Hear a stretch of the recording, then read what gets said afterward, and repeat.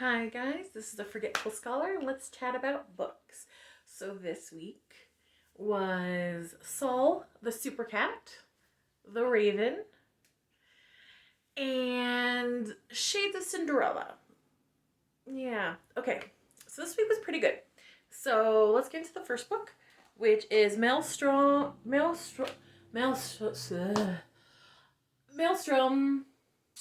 The Whyborne and Griffin, Book 7 by Jordan L. Hawk. Man, I don't know why that word. Ugh.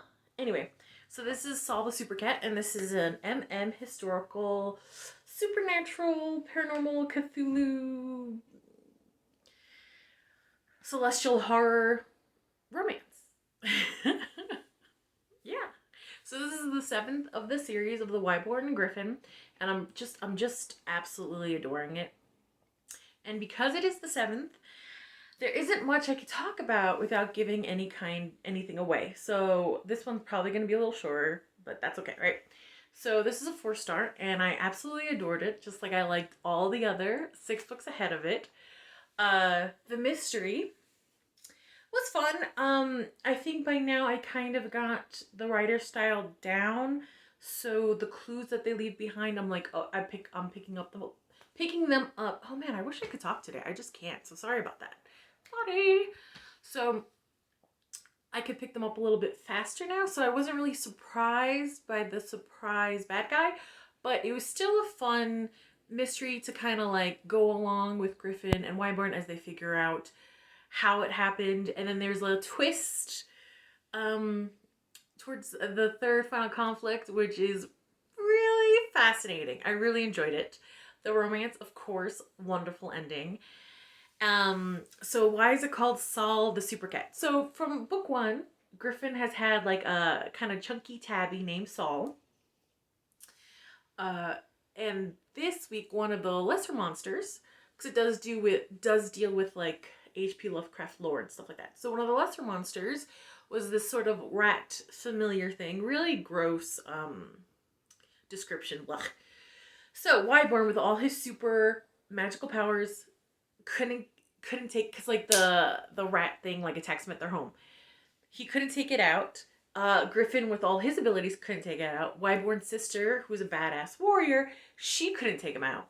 And as this rat thing was jumping towards the innocent victim, Saul comes out of nowhere, grabs it, and does what cats do to rats. And I mean, the whole scene was so chaotic and oddly like really adrenaline pumping, which is weird because it's just it was well written. So you get into it and you're like, oh man, oh no, what's gonna happen? So when Saul took out the rat monster, I like fist pumped. I was like, yeah, Saul, you know? So that was pretty awesome. And I do love, because like in the first book, Whyborne's father was sort of like part of this evil, gonna destroy the world secret brotherhood cabal thing. And in this one, it's book 7, I just like how he's not the bad guy. How he's a complicated person. Like, yes, he was going to do this thing in the first book, but like he's never sneered at Whyborne and Griffin because they're a couple, and this is early 1900s, so gay couples are very much illegal. He never like disowned Whyborne for being with Griffin. He never like sneered.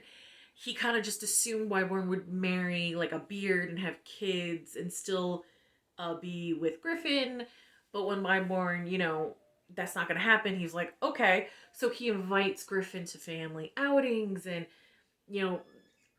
gives Griffin part of the company stock and like tries to make connections with Griffin and things like that. So it's interesting how the bad guy in the first book is trying so hard to connect with his son and with Griffin in the same kind of awkward kind of way.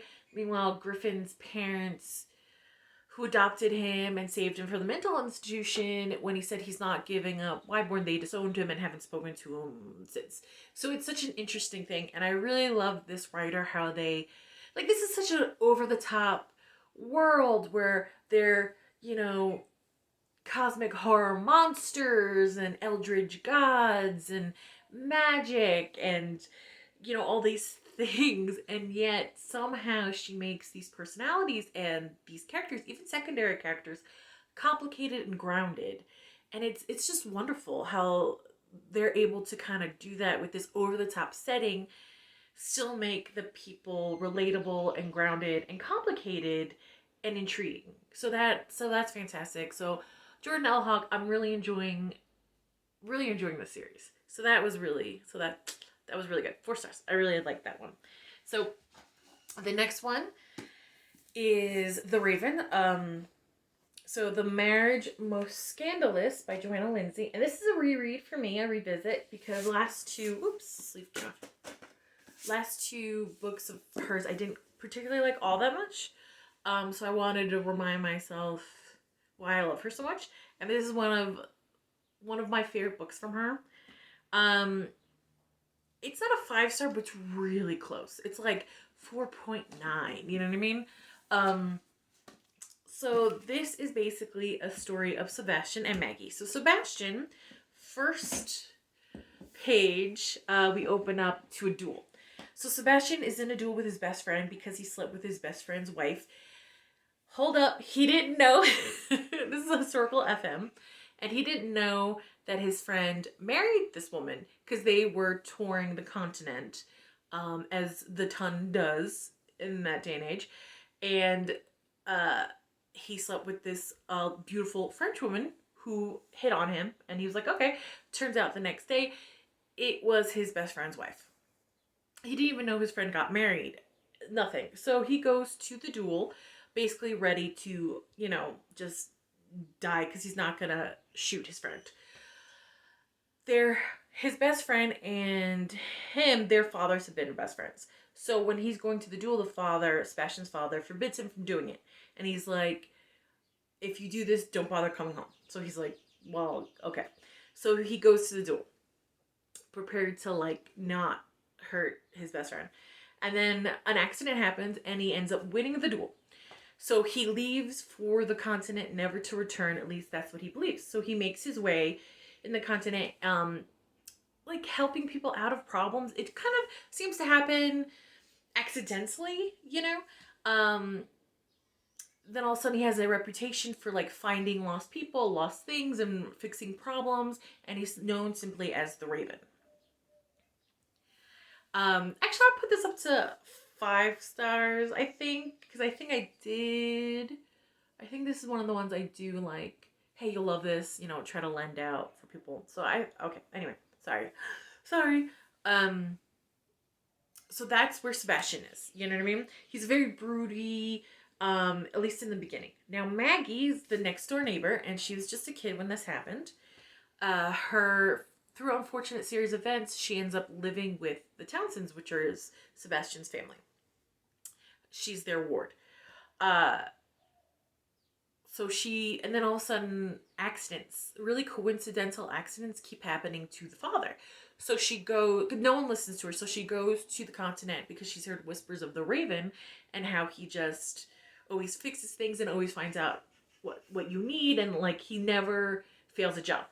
So she tries to hire him when she realizes it's Sebastian, So she's like, someone's trying to kill your father, So Maggie is the one that I waffled between a 4 and a 5 with, because I think she's a great character.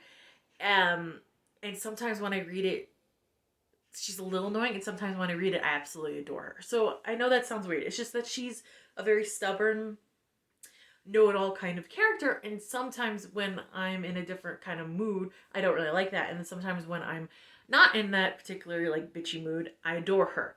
So yeah. Sorry about the inconsistency, but hey, I'm a person. Happens, right? And this time around, I just absolutely adored her because she's a very good character. It's so easy, male or female, to make this type of character just absolutely hateable.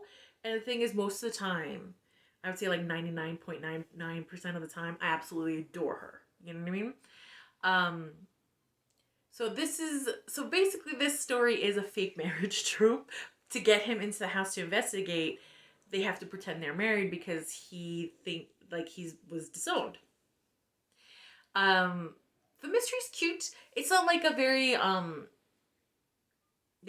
like you're not at the edge of your seat, but it's cute, and there's some like a lot of fun twists and turns. Like when he does go home, he finds out his little brother married his best friend's widow.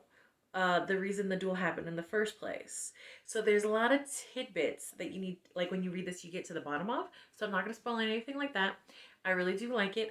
I like the ending of the mystery. I like the romance. Of course, I adore the romance. Like, I really do like Sebastian and Maggie as a couple. And especially the more he's around Maggie, the less broody he gets. He sort of, because before the duel, he was very charming, a fun-loving guy. And then after, he's a very broody, self-hating kind of guy. So I like, as time goes on with Maggie, he sort of finds a balance between those two, because he's never going to be the same. You know what I mean? So I really, really, really like that one. And I'm happy I did it because, again, she's one of my favorite writers. And sometimes you don't like everything your favorite writers do. And I just wanted to remind myself why she is one of the queens that I adore. So I really liked it. I really like it. And it's funny because, like, sometimes when I read it, I wonder if I'm gonna go super geeky for a second. Sometimes I wonder if Sebastian was sort of based a little bit off of Batman, because there's some similarities, like the valet that travels with him. You know what I mean?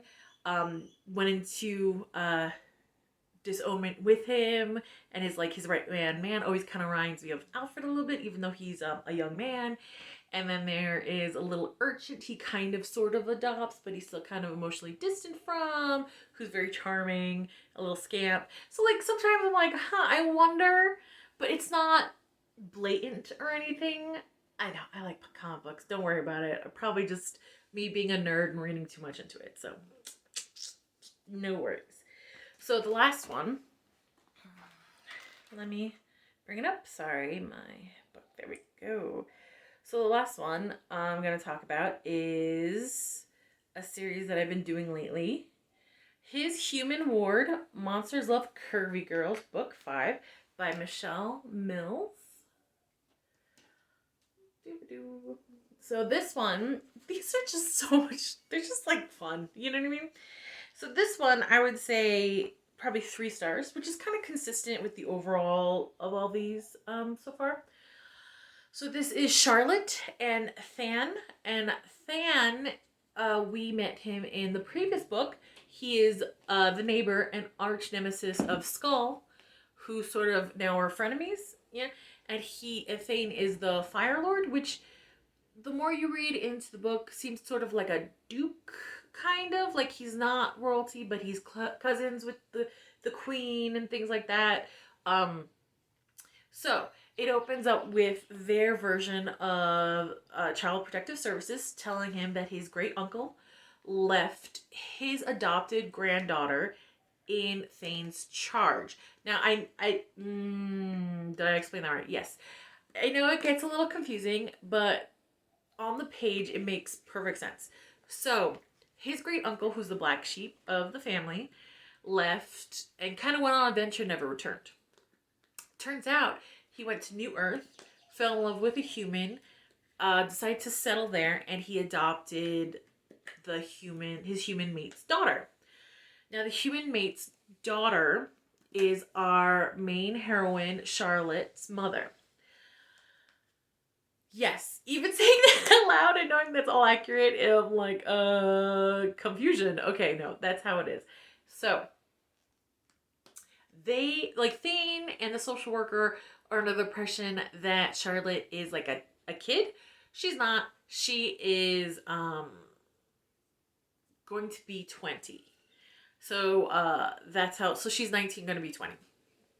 She never met her grandparents. Her mother, who we find out has passed as well, was a drug addict and was terrified of her adopted father because the way he looked.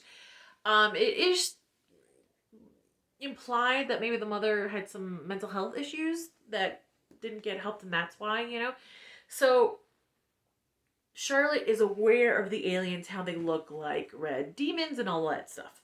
Okay.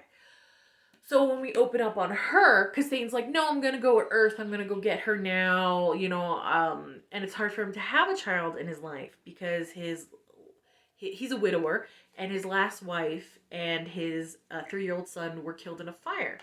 Now that's all I'm gonna say about that because there's some mysteries into that, and this is like a sci-fi paranormal FM kind of a thing. It's very like Cinderella-esque, and sometimes it was very like some of the things remind me of Wuthering Heights a little bit. If you read it, you get what I'm talking about, like a little bit. So Charlotte's how we meet her. It's our wedding day, and she's about to marry um, Jaden. Jarden, Jarden. Anyway, she's about to marry this guy. And she's super upset because she just overheard her best friend isn't her best friend. And the woman that was like a second mother to her, no, they were just using her for her money, and they are her fiance's family. So she figures maybe her fiance is not in it, but then she notices all the bridesmaids because she doesn't really have friends except the fake friend who's trying to use her for money. So like she realizes all the bridesmaids have slept with her fiance, and she realizes it's all scam, and she's so upset, and like she's at the altar and she's getting her courage to kind of throw the ring back and tell him to go F off, things like that. And then Thaden bursts in because he contacted Scroll to find out the exact coordinates for Charlotte, because Scroll is a Black Ops guy and he works for Molten Lava, which is the top security firm on that planet. Science magic, I guess. He just knows where Charlotte is, right? So he goes, and it's like in the church, and everyone's screaming. She's not afraid because, she researched that race when she found out about her grandfather, because when he passed, she all of a sudden is the fire lady. Like, she has this huge inheritance and things like that. So she researched a little bit. I did like that she wasn't afraid of him. She knew what to expect. So he sweeps her off her feet, carries her out of there. He's like, oh, you're a grown woman, not a child. So on their home planet, legal age of adulthood is 20. And when you're 21, you're like completely adult. So 20 is like you could get married, you could vote, you could, start a family, you could, do all that stuff. But 21 is like when the wardship ends, because he's supposed to take care of her till he's 21. She's 21. So, like, insta-lust on both sides, but, of course there has to be some things thrown in there to kind of pump the brakes, because this is a short book, but, typical of this writer, which is fun. So he's not going to touch her till she's legal, so, and even then, he doesn't feel right because he's duty-bound to protect her, and he swore he would never marry again because of stuff that I'll let you, discover when it comes to his, first wife. Okay. Yeah, I mean, again, I really like this author's world building because, again, there's more pieces of New Earth.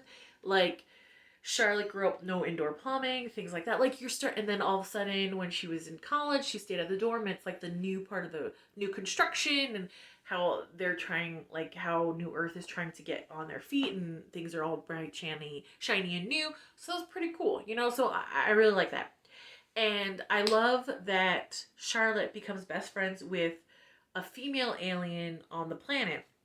Because so far it seemed like all the humans were kind of hanging out together friendship-wise. And she does meet the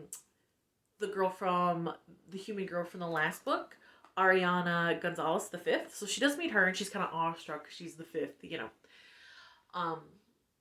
So that's super cute. I do love her best friendship with the female red alien on it. And there's a fun twist at the end when it comes to that, and I love it. And that character is sort of the first hint of, like, same-sex attraction, because the red alien's in love with another female red alien, and she can't be with her. Like, it's interesting stuff. So this one was a lot of fun. Give it a 3 stars. I enjoy it. Again, with the writing, she could be a little repetitive, but, that just seems to be her flow, so that's fine. 3 stars. I enjoyed myself. I had a fun time. There was definitely shades of Cinderella. I was kind of like, man, this is really reminding me. But you know what? Whatever. I'm still having fun. So there we go. That was this week. So I had a pretty good week. So thanks for that. I don't want to, but it's time for me to get back to the real world. Like, comment, subscribe, and see you later. Bye.